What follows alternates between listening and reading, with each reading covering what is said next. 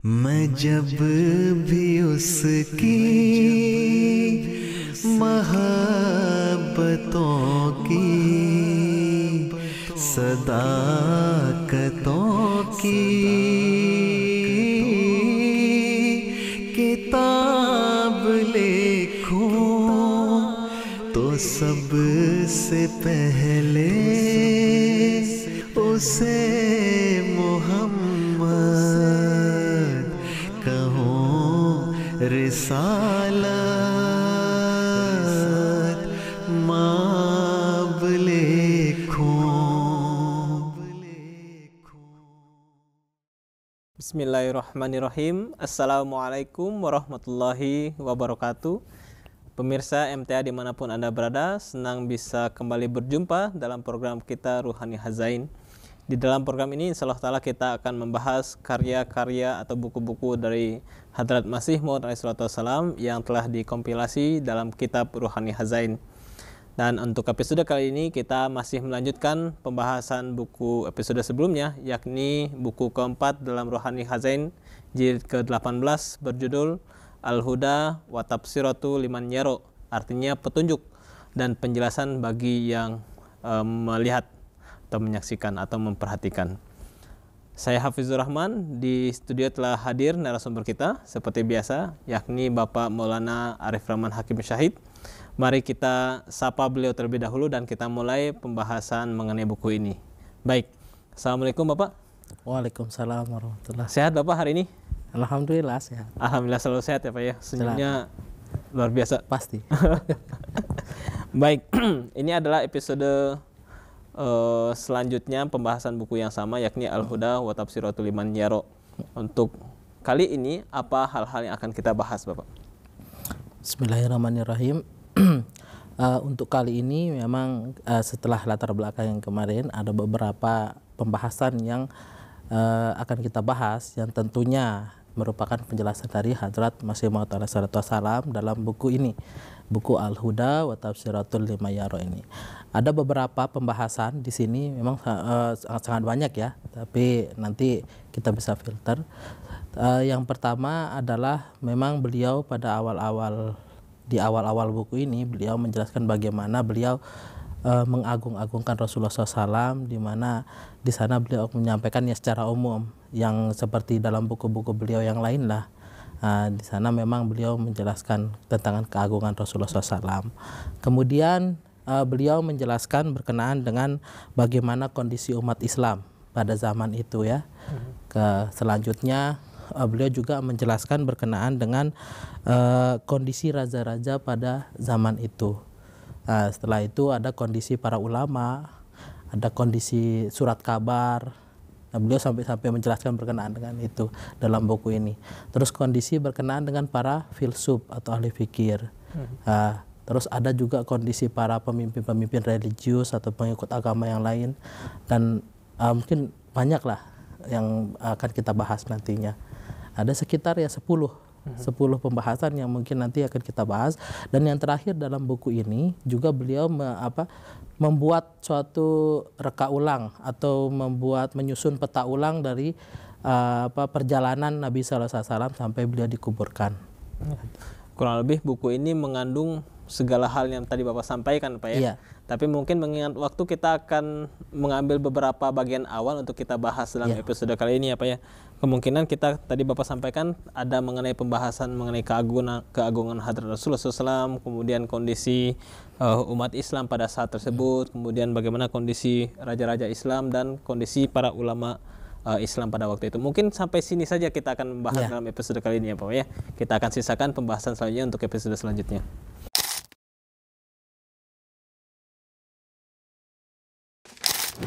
Baik, bagian keagungan Rasulullah SAW, apa yang beliau tulis dalam buku ini? Berkenaan dengan keagungan Rasulullah SAW ini, beliau memang secara umum menulis ya berkenaan dengan ini. Bagaimana juga beliau menulis dari buku-buku beliau yang lainnya. Dan bagaimana beliau menyampaikan bahwa Rasulullah SAW ini adalah satu-satunya khataman nabiyyin, satu-satunya adalah mursalin yang dijanjikan oleh Allah Subhanahu wa taala, yang kedatangan beliau itu memang sudah dijanjikan dan sudah dikabarkan sebelum Allah Subhanahu wa taala itu menciptakan Adam sendiri. Nah, maksudnya Adam di sini adalah Nabi Adam alaihissalam. Dan memang penciptaan beliau itu adalah tujuan daripada penciptaan daripada langit dan bumi ini. Terus kemudian di sini beliau menyampaikan bagaimana Rasulullah SAW itu bisa mengungkap atau memberikan menyampaikan bagaimana Rasulullah SAW itu menjadikan bahasa Arab itu menjadi bahasa dunia, menjadikan bahasa Arab itu sebagai bahasa yang benar-benar merupakan bahasa atau induk dari segala bahasa dan merupakan bahasa dari penghuni surga. Nah, bagaimana di sini Rasulullah Hazrat Masih Maud Salam itu menyampaikan keagungan Rasulullah SAW itu seperti demikian. Dan banyak lagi mungkin keagungan-keagungan yang lainnya secara umum yang beliau sampaikan. Tapi yang saya sampaikan tadi adalah secara khas yang memang belum beliau sampaikan, yang sebagaimana beliau yang saya sampaikan bahwa salah satunya adalah bagaimana Rasulullah SAW itu menyampaikan dalam hadis beliau bahwa tentang bahasa Arab tersebut. Bahasa Arab itu adalah bahasa nanti akan menjadi bahasa dunia, merupakan induk dari segala bahasa. Terus merupakan bahasa dari penghuni surga. Dan yang tadi lagi adalah nanti induk dari segala bahasa ini bagaimana disinilah Hazrat Masih Maud Salam dalam buku beliau yang lain nanti akan membuktikan bahwa bahasa Arab atau seorang Nabi Rasulullah SAW yang diberikan atau diturunkan di tanah Arab dengan bahasa Arab tersebut, dan bahasa Arab itu yang akan menjadi induk dari segala bahasa di dunia, itu yang akan dibuktikan oleh Hazrat Masih Maud Salam. Oke, baik.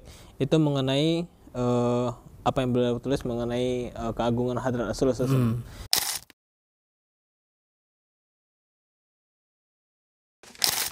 Selanjutnya adalah mengenai kondisi umat Islam pada waktu tersebut. Bagaimana Hazrat Masih Maud menjelaskan kondisi umat Islam di dalam buku beliau? Ini juga sih masih secara kalau misalnya kalau waktu itu sih bukan secara umum ya, kondisi umat Islam itu memang kondisi umat Islam itu pada saat itu ketika umat Islam sebagaimana yang kita ketahui dari zaman Rasulullah SAW, setelah kewafatan Rasulullah SAW, bagaimana keadaan umat Islam itu memang pada zaman Hazrat Masih Maud Salam itu kondisi umat Islam pada saat itu memang sudah sangat jauh dari petunjuk tersebut, sudah sangat jauh dari bagaimana seharusnya selayaknya seorang umat gitu, seorang muslim pada saat itu. Sehingga beliau menyampaikan di sini orang-orang Islam pada zaman ini sudah sangat rusak dari segi akidahnya, dari segi pengamalannya, dan bagaimana umat Islam pada saat itu memang mereka itu keyakinan atau akidah mereka itu bukan didasari oleh pencarian terhadap kebenaran itu, tetapi atas dasar ketakutan dan atas dasar mereka itu memang mengikuti apa yang dikatakan oleh pemimpin mereka. Maksudnya kalau bisa kita bilang dalam bahasa sekarang itu taklid buta ya. Fanatik taklid. Jadi apa yang dikatakan pemimpin mereka itu yang mereka yakini tanpa harus mereka itu melakukan tahqiq ya, melakukan penelitian terhadap keyakinan atau akidah yang sebenarnya apa sih gitu. Nah, ini disampaikan kerusakan yang terjadi dalam umat Islam pada saat itu. Dan ini memang sudah dinubuatkan oleh Rasulullah SAW bagaimana umat Islam untuk menyambut kedatangan seorang yang dijanjikan, yaitu Masih Maud Salam dan Imam Mahdi, memang harus seperti itu. Memangnya umat Islam itu memang harus rusak seperti itu, karena itulah janji nubuatan yang dinubuatkan oleh Rasulullah SAW. Sebagaimana kita ketahui bahwa nubuatan yang Rasulullah SAW sampaikan adalah Islam itu nanti hanya tinggal nama. Terus Quran itu hanya tinggal sebuah tulisan. Orang-orang akan membacanya, orang-orang akan menghafalnya, tetapi orang-orang Islam umat Islam pada saat itu bukan tidak ingin ya, tapi mahrum dalam mencari kebenaran atau mencari pengertian atau mafhum yang sebenarnya dari ayat-ayat Al-Quran tersebut. Terus mereka akan membangun masjid-masjid yang megah.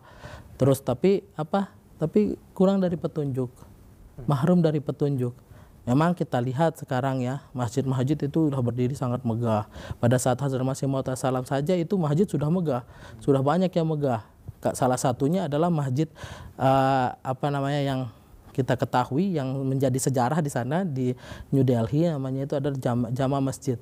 Nah di sana itu masjidnya sangat besar, ya sangat besar dan areanya pun sangat luas. Nah tapi pada saat itu memang disitulah terjadi perdebatan. Terus karena ada apa? Karena ada kurangnya petunjuk pada umat Islam. Walaupun memang punya masjid, orangnya ramai datang untuk sholat, untuk melaksanakan sholat, tapi tidak ada petunjuk yang disampaikan oleh para ulama di sana. Hanya sekedar kebencian atau memaki-maki yang lain, mengeluarkan aib yang lain, hanya untuk sekedar sekedar supaya dia bisa menyampaikan bahwa saya ini lebih baik daripada ulama yang lain. Nah itu kondisi umat Islam pada saat artinya itu. Memang apa yang Hadrat Masih Maud sampaikan, kondisi umat Islam pada waktu itu sudah pada titik rusak, mengalami kerusakan. Dan kerusakan ini memang sudah sebagaimana yang telah dinubuatkan oleh Hadrat Rasulullah SAW. Dan terjadinya kerusakan di dalam umat Islam pun menjadikan suatu kebenaran, bukti kebenaran dari pendakwaan Hadrat Rasulullah SAW sendiri. Ya, apa yang beliau sampaikan terbukti benar. Dan sebagaimana tadi Bapak sampaikan, rusaknya umat Islam ini salah satunya adalah karena mereka kurang mencari kebenaran tersebut. Mereka hanya mengekor pada apa yang disampaikan oleh pemimpin mereka tanpa menelusuri kembali apakah itu benar atau tidak, ya Pak ya. Ada. Ya, kurang lebih begitu yang tadi Bapak sampaikan mengenai kondisi umat Islam sebagaimana yang Hadrat Masih Maud tuliskan di dalam buku beliau.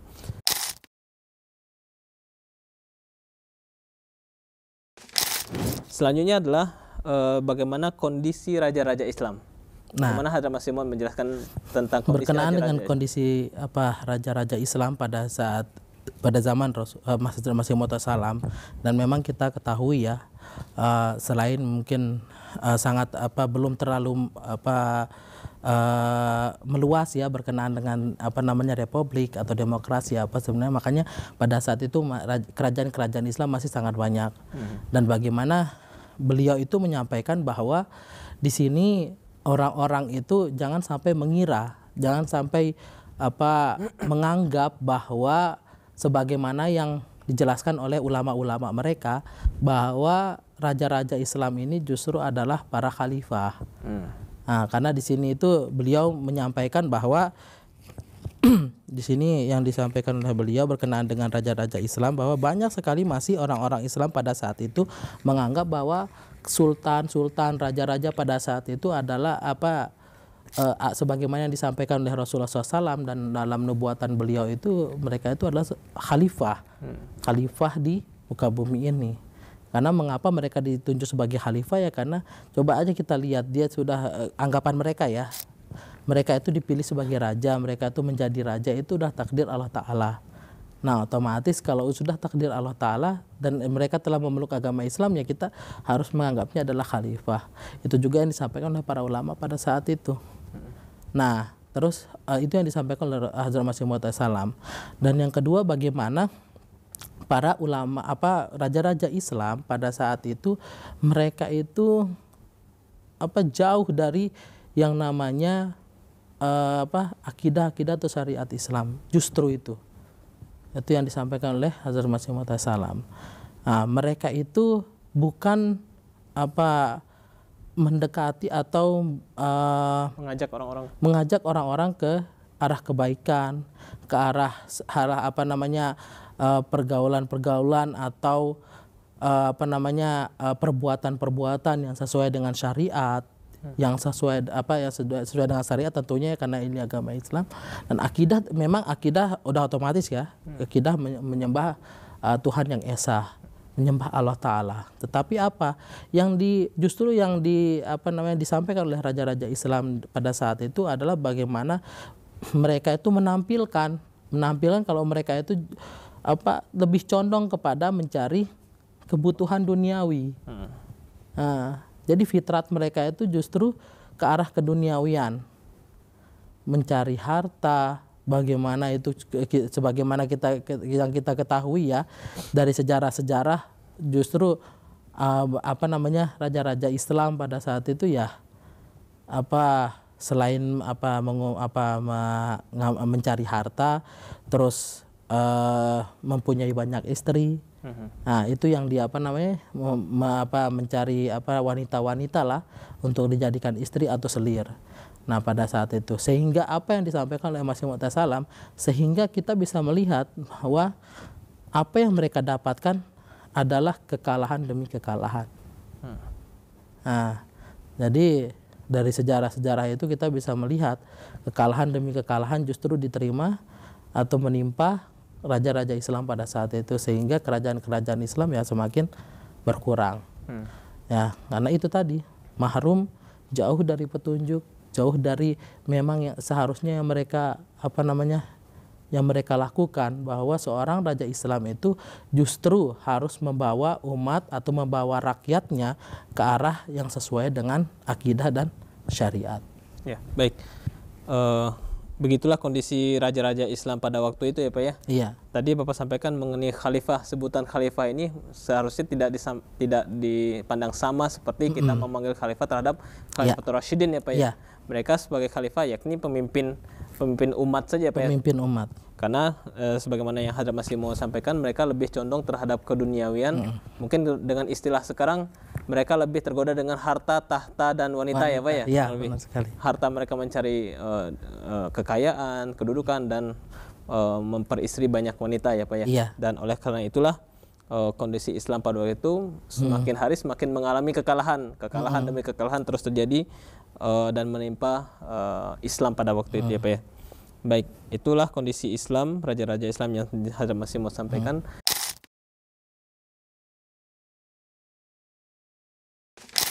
Terakhir adalah mengenai keadaan para ulama. Para ulama ini mungkin spesifiknya ulama Islam ya Pak ya? Iya. Ya, bagaimana kondisi para ulama Islam yang digambarkan oleh Hadrat Masih Maud di dalam buku beliau? Nah, sebelumnya ada tadi mungkin kenapa orang-orang pada saat itu sebelum saya menjelaskan berkenaan ulama Islam ini, kenapa orang-orang Islam pada saat itu meyakini bahwa para raja itu atau para sultan itu adalah khalifah, karena memang penjelasan tafsir-tafsir yang disampaikan oleh ulama mereka seperti itu. Karena kita sering membaca berkenaan dengan 4 zaman ya, 4 zaman yang akan terjadi setelah pada umat Islam ini. Yang pertama adalah zaman zaman nubuat, yaitu zaman Rasulullah SAW. Yang kedua adalah zaman kerajaan-kerajaan zolim, ya, kerajaan-kerajaan zolim, kerajaan-kerajaan yang bengis. Yang ketiga adalah zaman kerajaan-kerajaan yang menggigit atau yang yang otoriter, ya. Terus yang terakhir itu adalah alam min haji nubuwah. Nah, di sini alam min haji nubuwah ini mereka tafsirkan sebagai raja-raja tersebut. Karena akan kekhalifahan, makanya disebutkan bukan kesultanan lagi, tapi kekhalifahan Utsmaniyah, kekhalifahan Abbasiyah, kekhalifahan Fatimiyah. Nah, makanya mereka menafsirkan atau mafhum mereka itu ke sana. Makanya itu yang saya bilang yang dikatakan oleh Hazrat Masih Maud Salam itu menganggap raja-raja ini sebagai khalifah. Dan yang selanjutnya berkenaan dengan ulama Islam ini, memang Hazrat Masih Maud Salam menjelaskan di sini bahwa ya sebagaimana seorang ulama, kalau dulu Hazrat Rasulullah SAW pernah bersabda bahwa ulama keanbiya Bani Israel. Jadi ulama-ulamaku ini akan seperti ulama Bani Israel, ya, Bani Israel yang yang memiliki suatu ada kesucian mereka itu tetap terjaga, terus pemahaman mereka terhadap agama itu tetap lurus, masih di dalam jalur gitu, di mana tidak jauh dari apa yang disampaikan oleh Rasulullah SAW. Dan itu yang disampaikan, dan apa yang mereka sampaikan itu sesuai dengan apa yang dikatakan atau disampaikan oleh Rasulullah SAW, para khalifah itu yaitu 4 khalifah yang kita ketahui, dan para ulama-ulama salaf sebelumnya. Itulah khalifah yang ulama yang disampaikan oleh Rasulullah SAW, dan memang kita ketahui sahabat-sahabat Rasulullah SAW itu seperti apa, ulama-ulama sebelumnya itu seperti apa. Nah, sesuai dengan apa yang disampaikan oleh Rasulullah SAW. Tetapi ketika masa setelah 4 khalifah ya, para khulafa Rasyidin sudah terlewati, ada masa itu yang namanya masa, kan kita ketahui masa kegelapan sampai kemenangan Islam yang kedua kalinya, yaitu pada saat masa Hazrat Masih Maud Salam, di mana itu adalah masa yang gelap bagi para umat Islam, bagi umat Islam ya, masa yang gelap. Nah, sampai kedatangan Hazrat Masih Maud Salam, memang ulama-ulama itu memang harus seperti itu, sebagaimana yang saya sampaikan tadi, sehingga itulah yang menyebabkan atau menjadi salah satu faktor, salah satu indikasi yang menyatakan bahwa harus ada seorang yang datang ya, yang datang untuk menyelesaikan masalah-masalah kegelapan yang terjadi pada umat Islami, terutama di masa ulama-ulama ini. Dan beliau menyampaikan di sini, kan saya bacakan, beliau menyampaikan di sini memang banyak sekali yang disampaikan oleh Hazrat Masih Maud berkenaan dengan ulama pada zaman itu, tapi ada beberapa yang ingin saya sampaikan yang sesuai dengan perkataan beliau, bahwa di sini beliau menyampaikan nasihat karte hai lekin khud nasihat hasil nahi karte. Ya, mereka itu menasihati tetapi sendirinya tidak menjalankan nasihat itu. Ya. Terus di sini ada perumpamaan, beliau bersabda bahwa esi fasal katne ki tamana kate hain jo unhone boy nahi. Jadi mereka memanen tanaman atau misalnya memanen hasil panen ya, yang bukan ditanam oleh mereka sendiri. Jadi kalau misalnya kalian ini adalah orang Islam, umatku, kalian harus taat kepadaku.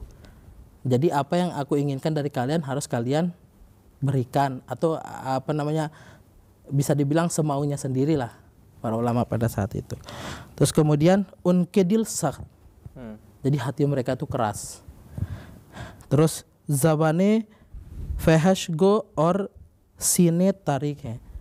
Jadi lidah dan hati mereka, dada mereka itu penuh dengan kegelapan. Nah, maksudnya jauh dari petunjuk ya. Unki ara kamzor. Jadi pandangan-pandangan mereka itu, pendapat mereka itu lemah. Jadi argumentasi mereka itu tidak bisa dijadikan argumen gitu. Yang penjelasan dari mereka itu akli nakis. Mereka itu kurang akal. Terus himmate pust or amal gendeh. Jadi kerja keras mereka itu dan perbuatan-perbuatan mereka itu adalah perbuatan-perbuatan yang kotor. Ya, terus di sini unki niat apne mukhalifon ke bare mein महज यही देखता है कि वो किसी भी इंतहाई हिले से उसे kafir करार दे. Jadi kalau niat mereka kalau tidak sesuai dengan niat mereka ini, kalau tidak sesuai dengan apa yang mereka inginkan, maka mereka akan menyatakan mereka sebagai kafir. Ya, mereka akan coba menyatakan mereka sebagai kafir, menentang mereka. Ya, kalau yang tidak sesuai dengan apa yang mereka sampaikan atau yang mereka inginkan lah. Nah, terus di sini ya iza poncai. Jadi istilahnya memberikan penderitaan kepada yang tadi, yang tidak sesuai dengan apa yang misalnya ya yang diinginkan. Pokoknya kalian harus melakukan ini. Kalian harus melakukan ini, kalian harus berbuat ini, kalau tidak melakukan atau berbuat seperti ini, kalian kafir. Kalian kafir. Kalian menjadi berlawanan denganku, ya, musuhku, kata mereka. Terus di sini beliau menyampaikan bahwa wo apne tore mamul ilam par bahut mutakabbir hai. Nah, ini dia ini salah satunya. Mereka itu sangat sombong karena telah mendapatkan ilmu, padahal ilmu itu sedikit yang mereka dapatkan, tapi sudah sombong, sudah takabur dia tuh. Nah, ini beberapa yang disampaikan oleh Hazrat Masih Maud salam. Ada lagi, "Woh logon ko to dunia और उसकी zinat ko tarak karne ka hukam dete hain." Jadi dia itu menyampaikan kepada orang-orang untuk supaya mereka meninggalkan dunia keduniawian, hal-hal yang bersifat dunia. Tapi di sini lekin katanya. Akan tetapi khud awamun nas se kahin badkar uske talabgar hai. Akan tetapi justru dia yang malah lebih di belakang katanya daripada orang-orang pada umumnya yang dia nasihati, justru mereka yang lebih gencar untuk mencari dunia tersebut. Ini yang disampaikan oleh beliau. Terus di sini woh use hasil karne ki koshish karte hain khah haram tarik se hi ho. Jadi yang seperti justru mereka lebih lebih gencar untuk mencari dunia dan tidak melihat atau tidak ingin tidak mau tahu bagaimana caranya untuk memperoleh itu, apakah melalui hasil yang halal atau haram, cara yang halal atau haram. Terus di sini wo umrah ke sedekah taksim karne ke mawaki ko ganimat jante hai. Jadi dia hanya tahu kalau misalnya dari para umrah, daripada pemimpin-pemimpin atau bisa dibilang raja-raja, kalau sudah misalnya mendapatkan ganimat dari mereka sendiri yang harus membagikan. Nah, inilah keadaan ulama-ulama pada zaman Hazrat Masih Maud salam. Dan ya tidak hanya pada zaman itu mungkin ya. Kalau misalnya ya sebagaimana kita ketahui, bagaimana sekarang juga ya tidak sedikit hal seperti itu terjadi. Nah, oleh karena itulah salah satu apa yang disampaikan oleh Rasulullah SAW, ketika hal itu terjadi maka harus ada yang datang untuk memperbaiki itu. Ya.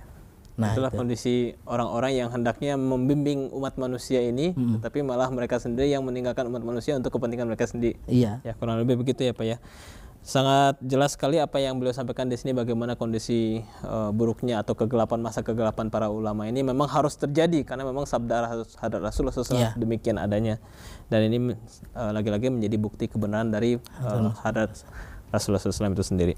Baik Bapak, sebagaimana tadi saya sampaikan, untuk episode kali ini kita akhiri sampai ke pembahasan mengenai kondisi ulama. Kita akan lanjutkan pembahasan selanjutnya di episode selanjutnya. Iya, episode berikutnya. Baik, jazakumullah Bapak atas diskusi dan pembahasannya. Nah, jazakumullah sana jasa. Baik, pemirsa MTA dimanapun Anda berada, demikianlah pembahasan kita mengenai buku Al-Huda wa Tafsiratul Liman Yara. Kita akan kembali dalam pembahasan buku yang sama, yang tentunya akan lebih menarik lagi. Saya Hafizur Rahman beserta kru yang bertugas mohon undur diri. Wabillahi taufiq wal hidayah. Assalamualaikum warahmatullahi wabarakatuh. Waalaikumsalam warahmatullahi wabarakatuh.